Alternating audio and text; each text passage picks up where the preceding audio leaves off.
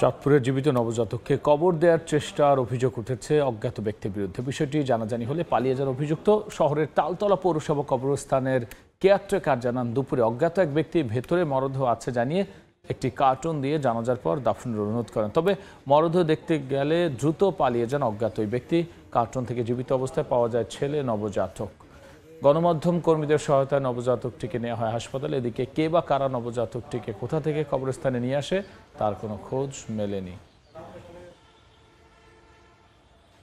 একটা বাচ্চা ধরেন আমি 200 টাকা দিয়ে গেলাম আকরবাতি মোমবাতি এই কথা কয়ে মানে আমার দিয়ে আইসে পরে আমি এই কার্টুন যেভাবে আছে এইভাবে আসতে কাপড়টা হরে আমি আজান দিয়েছিলাম।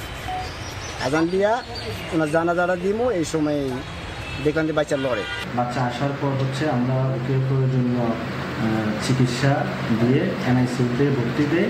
বাচ্চাটা এই মুহূর্তে কিছুটা স্টেবল আছে এবং ওর হার্ট রেট, পালস রেট এবং অক্সিজেন লেভেল নর্মাল আছে।